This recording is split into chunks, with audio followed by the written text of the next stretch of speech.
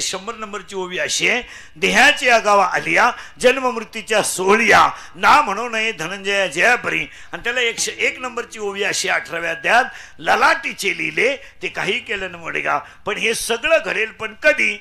ज्ञानोबा यांच्या 15व्या अध्यायात 35 नंबरची ओवी अशी आहे, विरक्ती वाचून ज्ञानाशी तगणेच नाही, ज्ञान हे वैराग्याशिवाय टिकू शकत नाही.